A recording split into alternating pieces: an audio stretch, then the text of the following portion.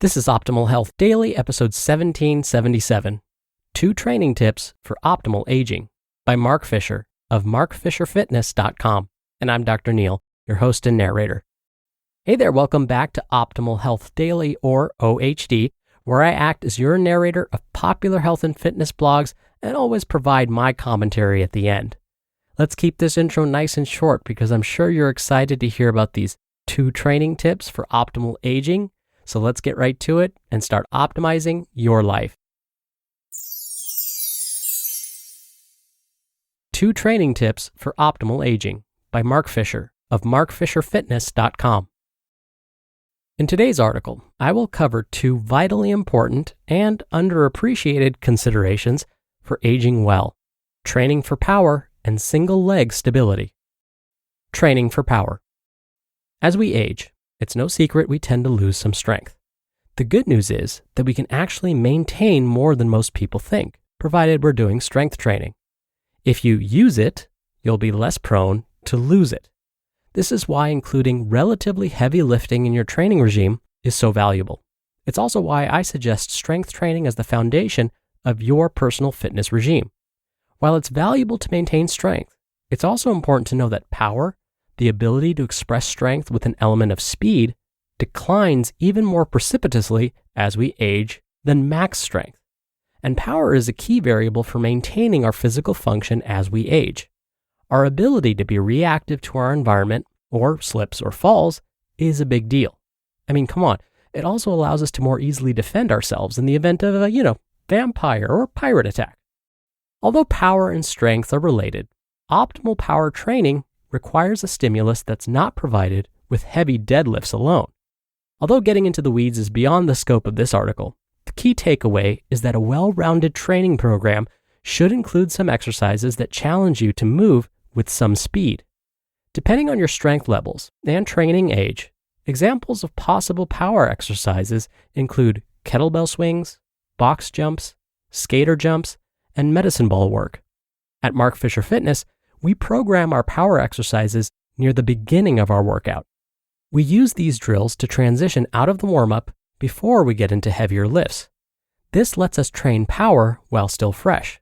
It also warms up our nervous system for more productive lifting when we transition to heavier loads. A note: by its very definition, power training requires using much lighter loads than you use if you're challenging your maximum strength. Keep your focus here on the speed of movement. If you're doing any loaded power exercises, don't let your ego get preoccupied with the weights. Speed is the key. Single leg stability. As we age, it's also normal for us to lose some stability in our ankles and our hips. Consequently, our single leg balance tends to erode. In fact, you'll notice many older individuals reach a point where they no longer pick up their feet as they walk, instead substituting a shuffle that allows them to maintain contact with the ground with both feet. This is a contributing risk factor to slips and falls, which in turn can lead to injuries that become more and more precarious as we age. Once again, we'll get some carryover from a regular strength training regime, even if we don't specifically utilize single leg training. Having said that, most training programs overemphasize bilateral lower body training with symmetrical stances, like deadlifts and squats. While these exercises have their place, a more contemporary approach will focus on asymmetrical lower body exercises, like lunges and rear foot elevated split squats. We love these exercises at Mark Fisher Fitness. They allow us to create an awesome training effect that challenges your legs, your core, and your stability, all while requiring less load. Although this kind of training can be humbling, it plays a powerful role in well-designed programs. Furthermore, it's also important to give the body exposure to functioning on a single leg at a time. While asymmetrical exercises are a great challenge, you're still going to have a broader base of support. So doing true single leg work with the appropriate level of challenge is another great addition. As always, the exact exercise will look different based on the individual. For someone brand new to single leg work, it could be as simple as short sets of balancing on one leg for time with one hand near the wall to use for support if necessary. For more advanced trainees, maintaining single leg stability under load and during more complex movement can provide the appropriate challenge. Examples here include loaded single leg deadlifts, box step-ups to balance, or everyone's favorite circus trick for fitness people, the pistol squat.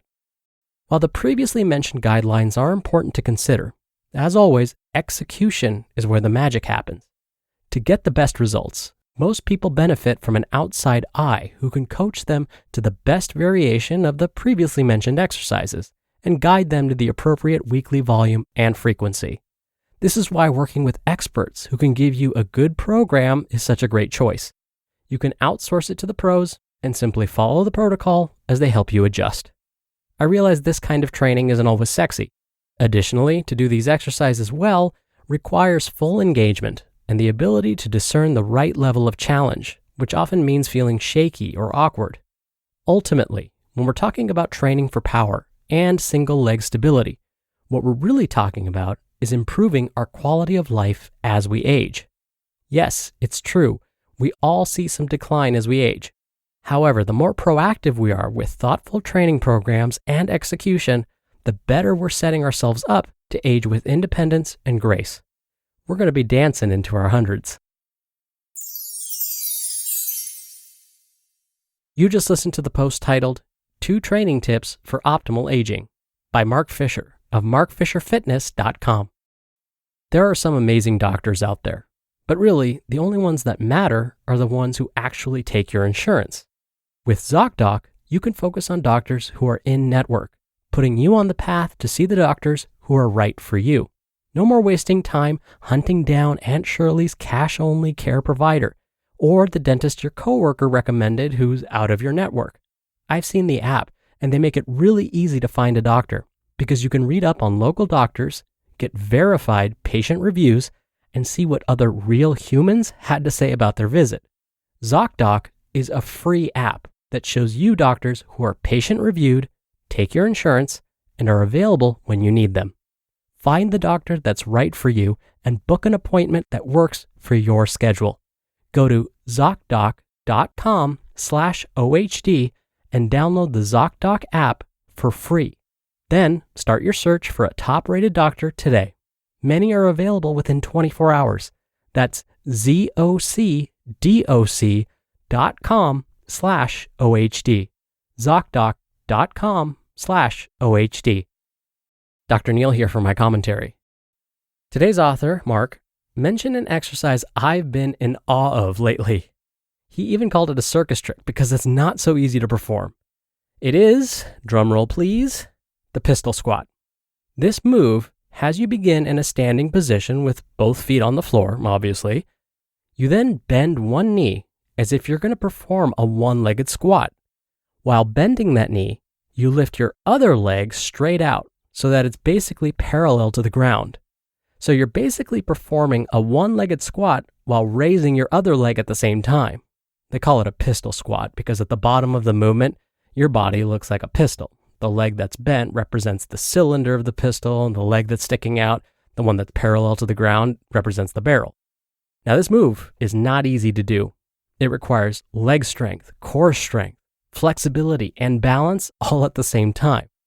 I'm working on trying to perform just one of these with each leg successfully. Those that get really good at it can actually hold a weight to their chest, like a kettlebell, while doing these pistol squats. Now that's a circus trick, and that's some crazy balance. Regardless, even though these are hard to perform for me right now, I know that practicing them is worth the effort, because as Mark said in today's article, it may help improve my quality of life as I get older. All right, that'll do it for me for today.